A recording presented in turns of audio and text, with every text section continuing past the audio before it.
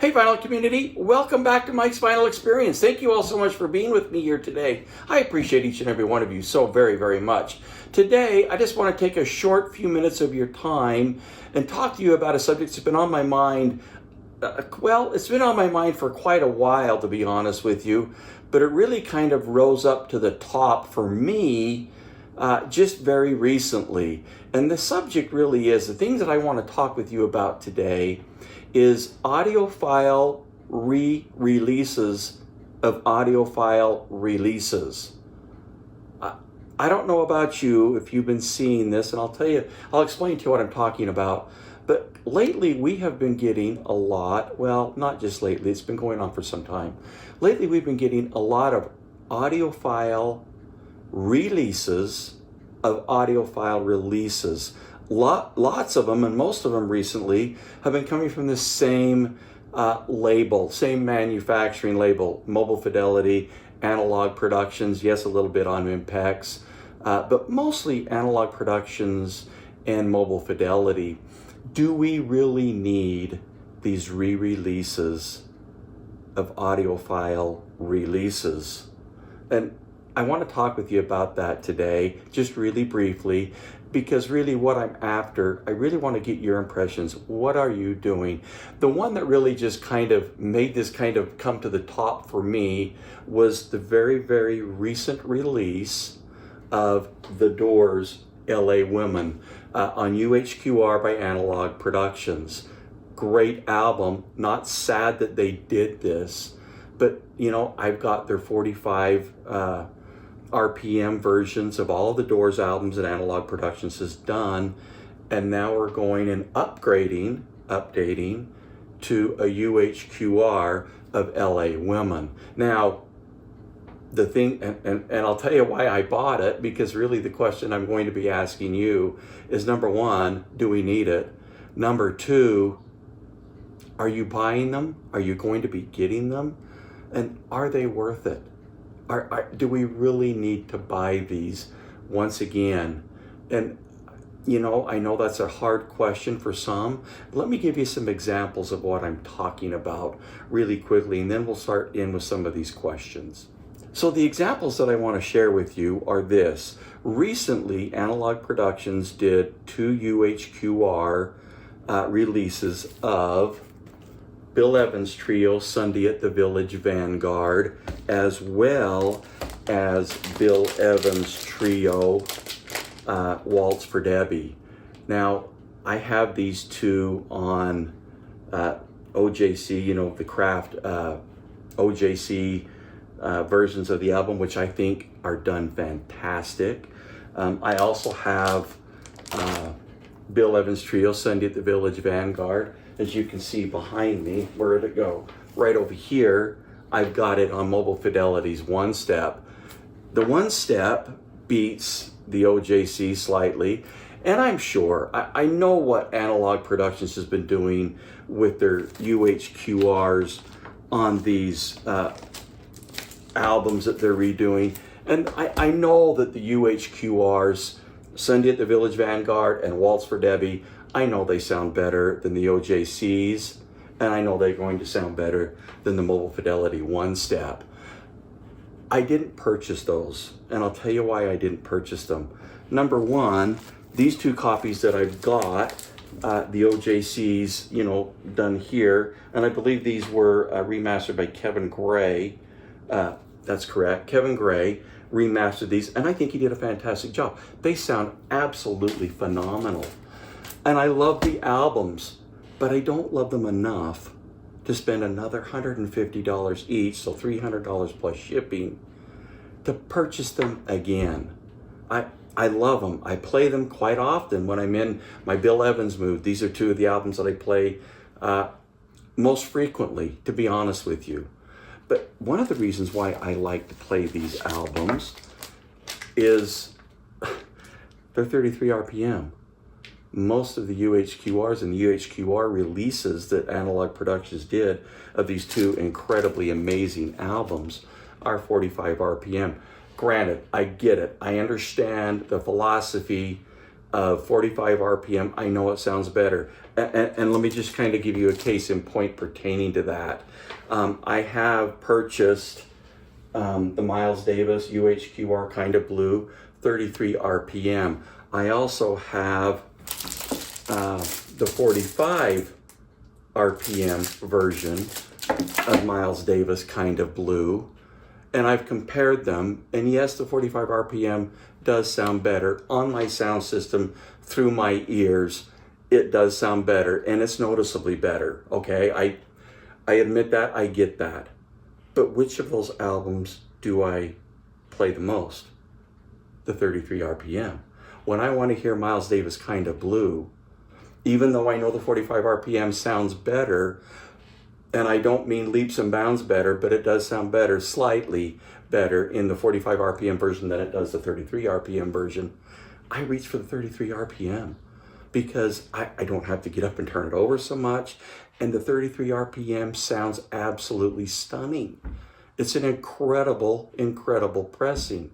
So yes, I did purchase both 45 and 33 RPMs of Miles Davis kind of blue. Admittedly, the 45 RPM sounds better, but I go for the 33 RPM. Now, back to Bill Evans, Sunday at the Village Vanguard, and Bill Evans' Waltz for Debbie.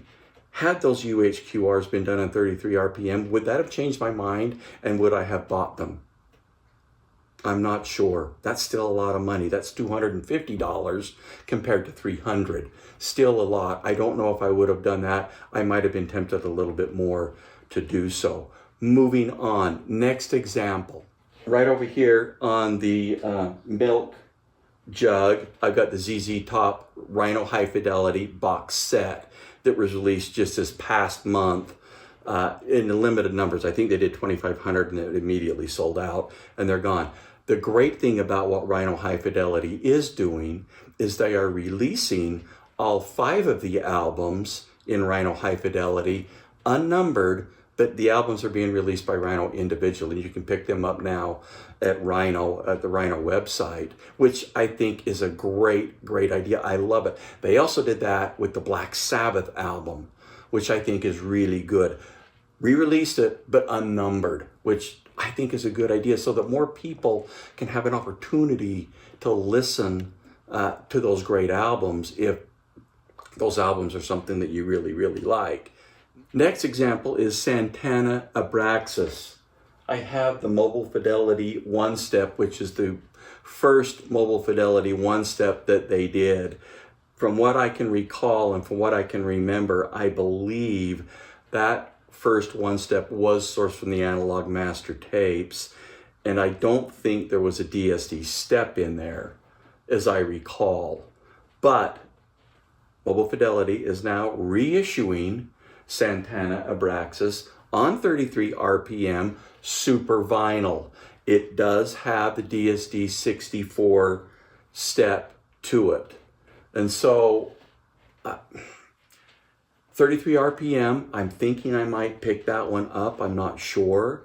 I don't know that it'll sound as good as the one step. The one step is an absolute knockout. I was lucky enough that when they were released, I bought 2. I'm not really 100% sure why.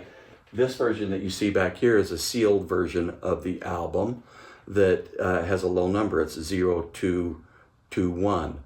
And so I don't know how it will sound compared to it, but I will probably buy that mostly due to the fact that it is 33 RPM and it is one of my favorite albums.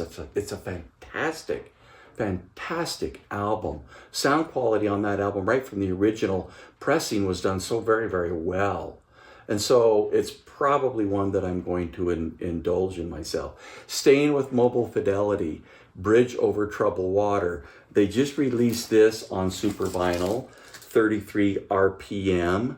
And I haven't had a chance to break this one open and listen to it, but I plan on it. I want to compare that to the Mobile Fidelity one-step that was done back in the day. Now this Mobile Fidelity one-step does have a DSD 256 step, as does this new release, 33 RPM on Super Vinyl. It does have that DSD 256 step in it too, but I want to listen to it and compare it. The reason I bought it, mostly 33 RPM. It's just I don't mind turning the record over once.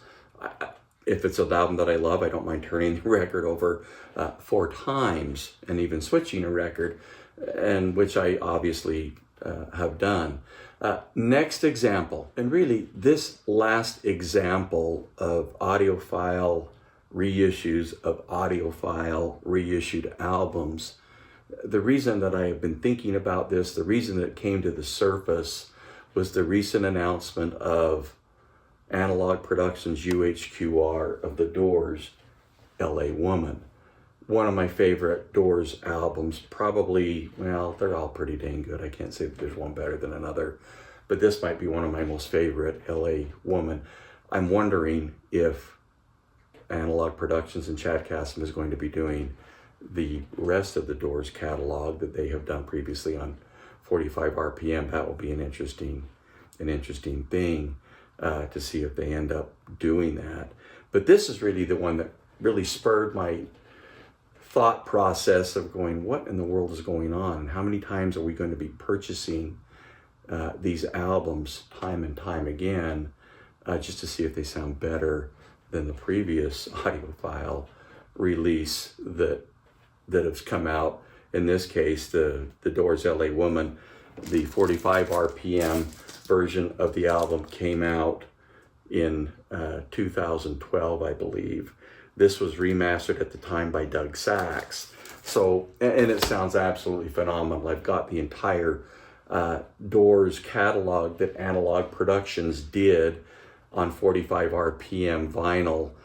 They all sound excellent. This is probably, the Doors' LA Woman is probably the best sounding of the bunch, to be honest with you.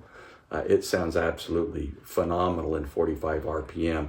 Incidentally, just right after this video, a few hours after this video appears, I will be doing a complete review of the Doors' LA Woman UHQR, and we'll compare that to the 45 RPM version of the album. We'll do a complete review and a comparison, and that's I will probably have the link to that review in the description of this video down below. So really, this is the one that really spurred my interest. A new UHQR by Analogue Productions, the Doors' LA Woman. This one is remastered by Bernie Grundman.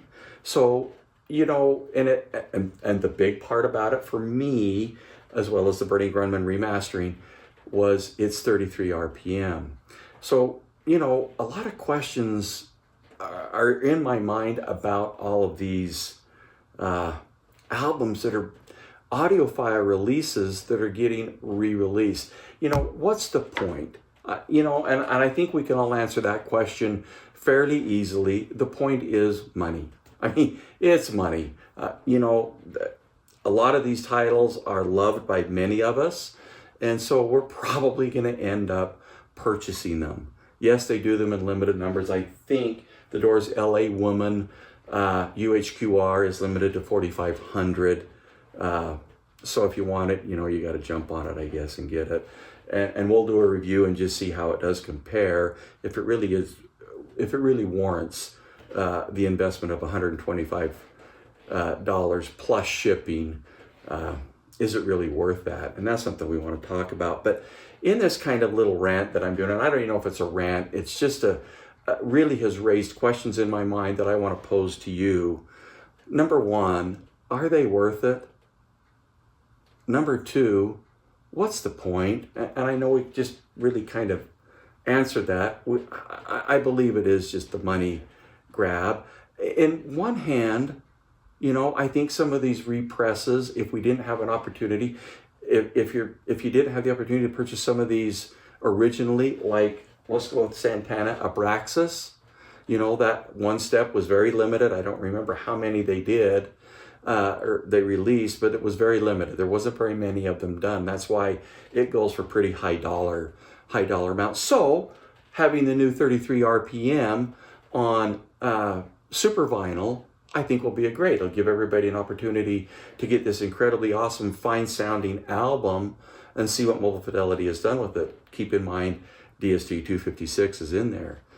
But, you know, a lot of these cases, and even the Simon and Garfunkel, Bridge Over Troubled Water, you know, great album. One of my favorites. Also, they're doing bookends, too. That's another great Simon and Garfunkel album. I will be getting that for sure. But really, what is your thoughts on this? Are you biting?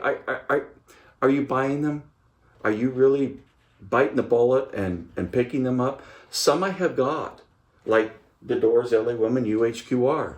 Some I'm not. I'm passing on the Bill Evans, Sunday at the Village Vanguard, and Waltz for Debbie just because, number one, I've got 2 or 3 copies of the album, which I love and I think they're great. I just don't want to buy any more. I know they're going to sound better than anything that I own. I get it. I know it. I completely understand that. But honestly and truthfully, at this point, I'm passing. You know, the question always comes up in my mind. If they were 33 RPM UHQRs, like the Doors that was just released, would I have purchased them? I think I would have thought twice about that. I may have purchased them. I'm not sure. But didn't happen. Doesn't really matter. You know, what's the big deal? What are your thoughts? Please leave your comments in the comment section below and tell me what you're thinking. Are you buying these albums, these audiophile represses of audiophile albums that have been repressed from, in some cases, a few years ago to several years ago? Are you rebuying them? Is it worth it to you? What do you think of the sound? Is the sound going to be any better or worse? We're going to find out with LA Woman, UHQR, as opposed to their 45 RPM that was done in 2012. We're going to find out on that one. We may even find out on Simon and Garfunkel's Bridge Over Troubled Water compared to the One Step. I don't know if it's really even worth it, if it's that big of a deal. But we're definitely going to be doing that with the Doors. And as this continues, because you know that there's going to be more, what do you think? Is Analogue Productions going to do the entire Doors catalog on UHQR at 33 RPM? If they do, I'm probably going to bite and I'm probably going to buy them because I love the Doors. But really, what is your threshold? What is your thought process? What would entice you? What has enticed you if you bought any of these? And there's many others out there, many other examples that I'm not including because I don't want this video to be too long. But really, what are you doing? Are you biting the bullet and repurchasing these audiophile represses of audiophile represses? Are you doing it? What do you think? Is it worth it to you? Do you find the sound to be better? Please let me know in the comments below. I would love to hear from you. Personally, in my personal opinion, I'm going to get the ones that I really, really like and that I really, really love. But there's some that I'm definitely going to pass on. I'm getting tired of spending money buying audiophile represses of audiophile albums that I've already got. And I'm going to have to really like that album, and my curiosity is going to have to be absolutely crazy to repurchase it again. 33 RPM is certainly going to be an enticing factor, at least it is for me. How about for you? What do you guys think? Please keep comments in the comment section below. I want to hear from you. If you like what you see, please go ahead and subscribe. Our next video, The Doors, LA Woman, we'll be comparing that UHQR that just was released a week ago. We'll be comparing that to the 45 RPM version by Analogue Productions. We'll see what we got. Can we do 33 RPMs that sound incredibly awesome as 45 RPM? Theoretically, it says no, but what if? Let's take a look. Thank you so much. I appreciate you being with me here today. Have a great day.